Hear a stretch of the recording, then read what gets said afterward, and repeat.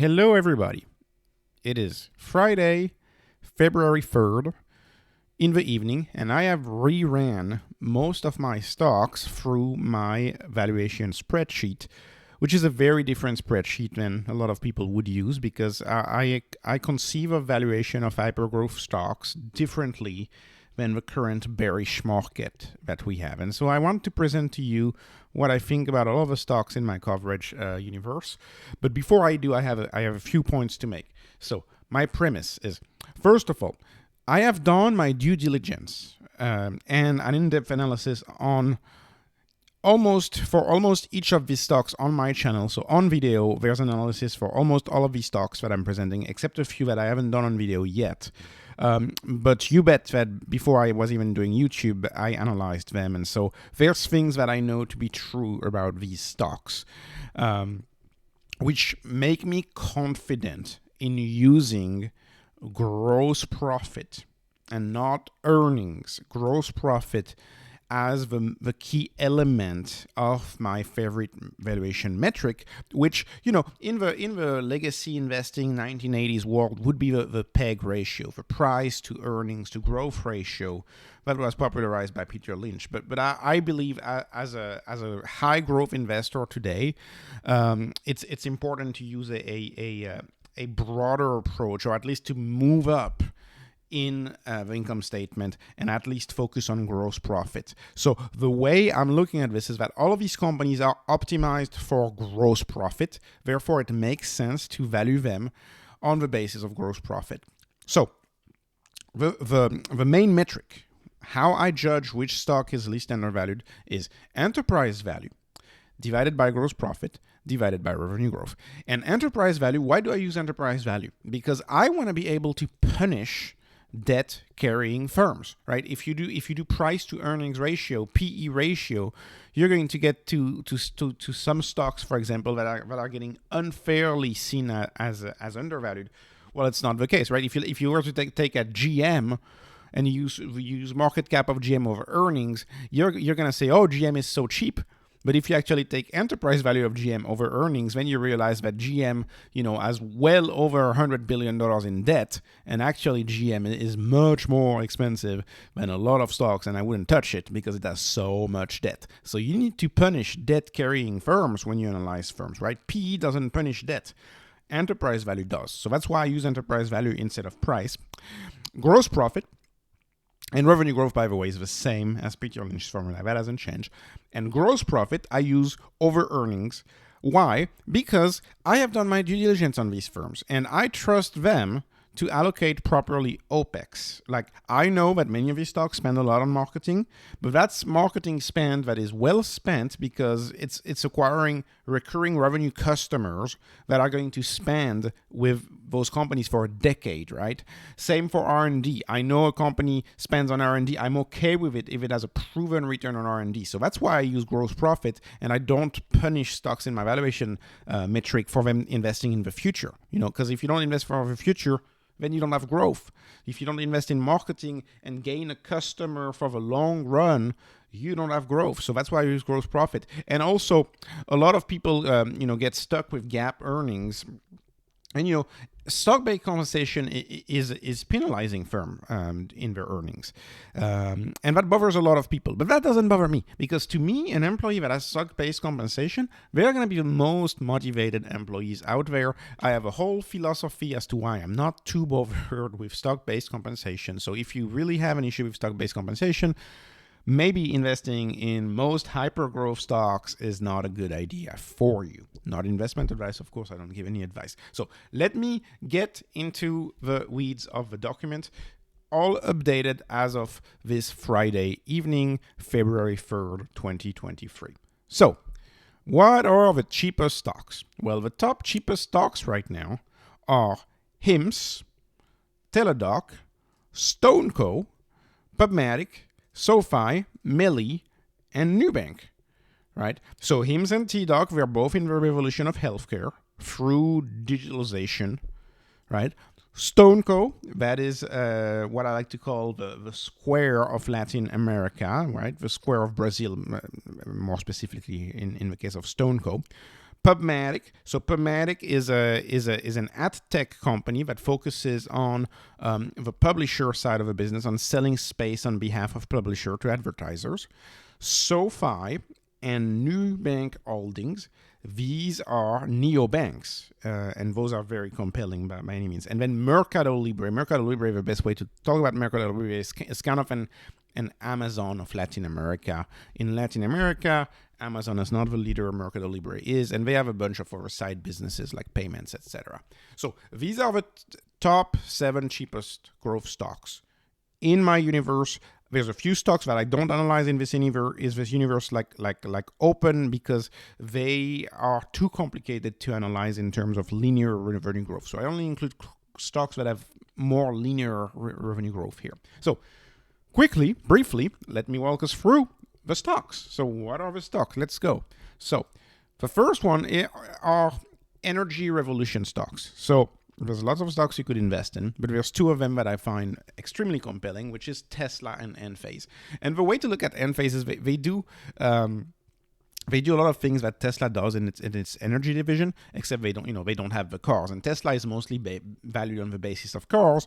Enphase is creating whole home system for energy independence, so that you don't have to rely on the grid anymore. Your house runs on its own. And Enphase is very fascinating the way they approach that market, because they approach it with micro inverters, which is essentially teeny tiny computer circuits. So they are riding the declining cost curves of semiconductors, which is what I love about Enphase.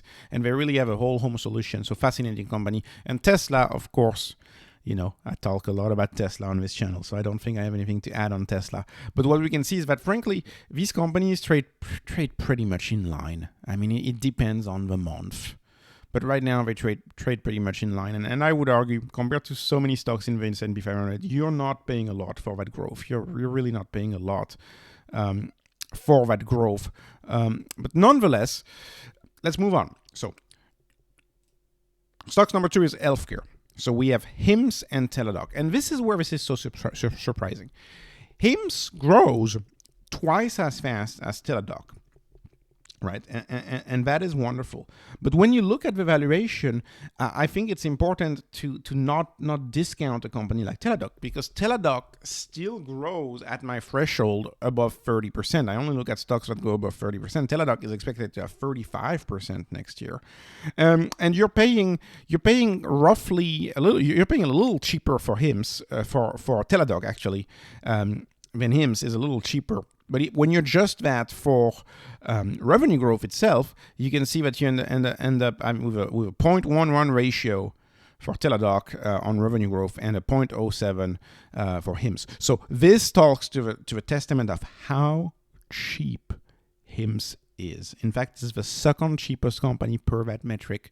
You are really paying the price of one of the most value stocks. You're buying this much growth, 69% growth, for an insanely low cost, low price. And TDOC, you're also getting something dirt cheap. I mean, these 2 stocks are dirt cheap compared to any of the other companies, and they have just as much disruption potential as SaaS, as cybersecurity, as the payments, as the neobanks. If you look at how healthcare is broken, both in the preventative form of healthcare, which is what HIMSS looks at. HIMSS kind of allows you to treat for stigmatized issues without having to go see the doctor and without having to go through your insurance.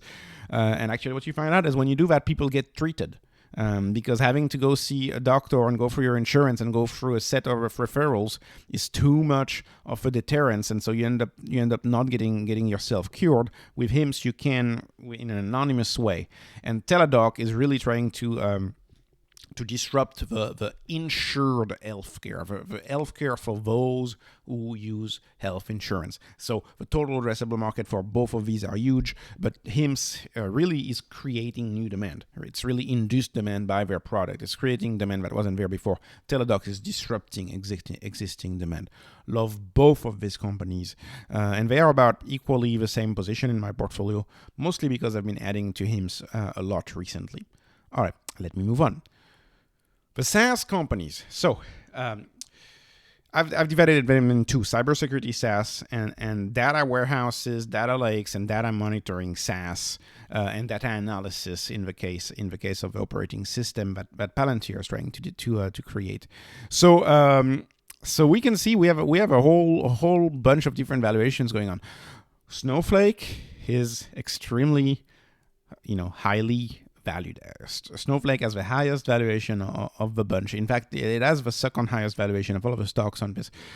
One of the reasons why Snowflake is so highly valued, I believe, is because of Frank Slootman, the CEO of Snowflake, who was the leader of ServiceNow, throughout the 2010s. And if you look at the outstanding performance of ServiceNow up to this day, I think it's easy to understand why there is such a huge premium on Snowflake, because they have an amazing leader, and they are the leading data warehouse out there. So Snowflake is, and they, endorsement of Warren Buffett, definitely a lot going for Snowflake and a huge total addressable market. Datadog is all about monitoring your application, monitoring your incidents in your infrastructure. And Datadog is, I think, very uniquely positioned in the SaaS sector. In fact, what I love about Datadog is the speed at which they introduced new products. They always introduce new products, and they spend a lot on R&D, much more on R&D than on marketing, for example. So Datadog is a very compelling company at about 54% growth going forward. MongoDB, company that surprised to the upside a few months ago, definitely a leading company, and they work on a per query basis, on a per instance basis, and they function pretty much closely to a data warehouse. It's all about uploading data into the cloud for analysis. And lastly, Palantir. And Palantir is the most misunderstood companies in the data space. It's heavily misunderstood, even by experts in this. I've done a lot of video on Palantir. Palantir sits on top of all of these data collecting platforms. Palantir aims to become an operating system. There is also a case to be made for investing in Palantir, just the military contractor, but obviously I wouldn't place it in the data monitoring SaaS stocks if I was valuing it as a military contractor. I'm valuing Palantir as a SaaS stock. And as a SaaS stock, it is the most undervalued one in my framework right here as a SaaS stock. All right, let me move on. Cybersecurity stocks. There's 3 cybersecurity stocks that I like. CrowdStrike for endpoint cybersecurity, right? That stops as soon as you have an entry on a terminal. It comes and stops it through AI because it's connected to the cloud. Then you have Zscaler, which is zero trust architecture, which allows you to not let an infected device infect other devices from within the organization. So a different focus. They are not competitors, CrowdStrike and Zscaler. They are not competitor. And then Net is a company that is heavily criticized. Actually, like on Twitter, a lot of people criticize Cloudflare. But they focus more on the DNS and on protecting websites. Again, CrowdStrike here is the most undervalued company here, mostly because they've dropped so much, and a lot of people seem to sell that stock for some reason, and I do not understand it, because they are a leader in the field, and I have sold my position in Sentinel-1. Actually, I am 100% CrowdStrike for endpoint protection as far as my stocks go. Love cybersecurity, supposed to be recession-proof. We'll see, but love cybersecurity. So next, I have e-commerce. So Amazon, of course, is not growing too fast, so I can't put Amazon. I'm not interested in Amazon as a stock, except as a savings account, say.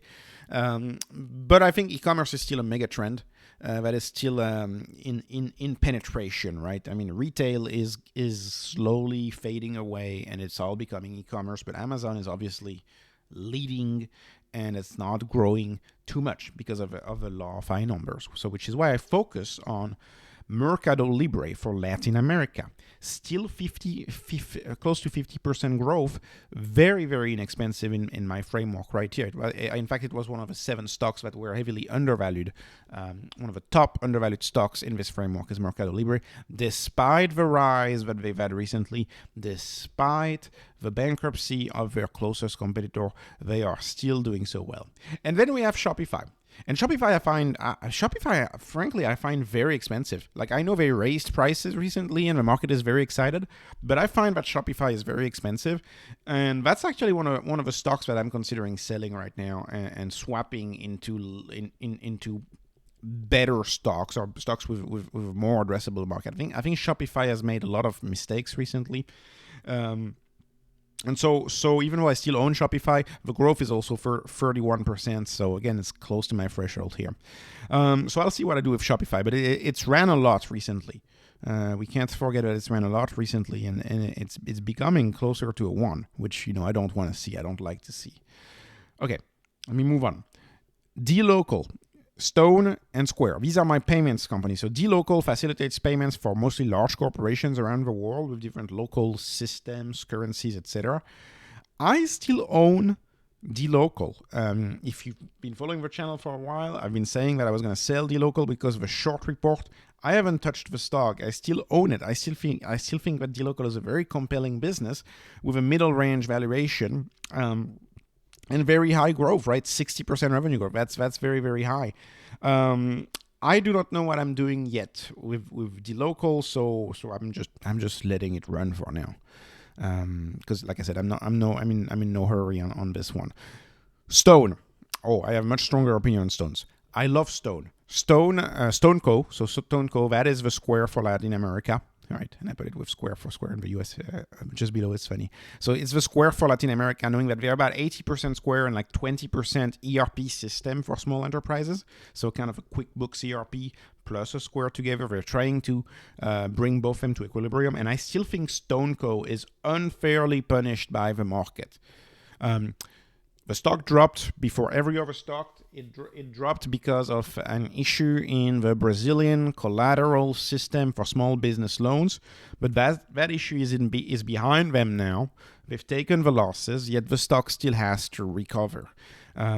And it has not recovered yet, which is why it's so undervalued right now. Yet the growth is resuming and just very, very high at 55% revenue growth. So I think the market will wake up to StoneCo one day. Plus they have a new CEO, plus they have Warren Buffett invested in it and Cathie Wood. But of course, everybody hates Cathie Wood right now, so that could explain also why the stock is so down. Square. I really love Square, knowing that there's two stories to Square, and I put it in payments, not because of their their terminal story, which is their more stable business, but what I find even more exciting about Square is their neobank initiative with the Cash App. I believe Cash App could be just as big as a company like SoFi one day. They just introduced a savings account recently on the Cash App. They are doing everything like a bank. So I think the Cash App has even more potential. But if you just put it and look at it as a payments company, it is well valued at 0.34 in my framework. That is a pretty fairly decent valuation here, pretty low. Okay, moving on to the chip stocks. So the chip stocks, you have AMD and Nvidia, and of course, AMD has very few GPUs. They don't do a bunch of GPUs. Nvidia does the lion's share of GPUs out there. And thus, Nvidia is so overvalued. It is so overvalued. But then again, GPUs underlie so much of the artificial intelligence that we see today.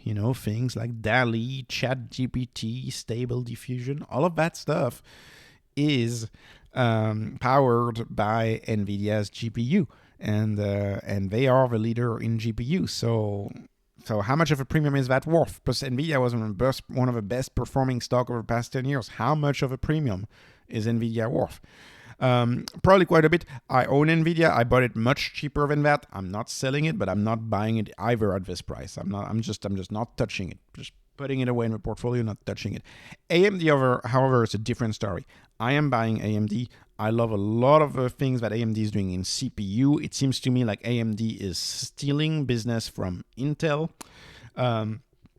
I do like their embedded services at AMD. They power most of the video game consoles. They power the Tesla Model S and X. I really like all of their embedded devices, and their recent Xilinx acquisition, I think, is very compelling. And they grow faster. They're growing faster than Nvidia, and they're less impacted by the ban of next generation AI chips to China. They're less impacted than Nvidia. So I think AMD is very compelling right there, despite the recent run that it's had. More compelling than Nvidia. I'm actively buying AMD right now. I am not touching Nvidia right now. I think it's too expensive. Let me move on to a really, really poorly performing part of the market right now, which is ad tech. So it's funny. So we have the publishers, right? The publisher and the ad platform, right? Where publishers make space available, and then we have the trade desk, which is more the advertiser ends, where advertisers buy space from publishers. So they are not competitors here. Pubmatic would have Magnite as its competitor, actually. So TTD, the trade desk, and Pubmatic are not competitors, and this is going to be the same story as AMD and Nvidia, which is I bought the trade desk a while ago. I'm happy with the position. I'm not adding too much more, but I am adding a little bit to Pubmatic, knowing that it's a small cap, so it comes with very unique risks. But I think Pubmatic is very interesting and too cheap right now, too cheap to ignore.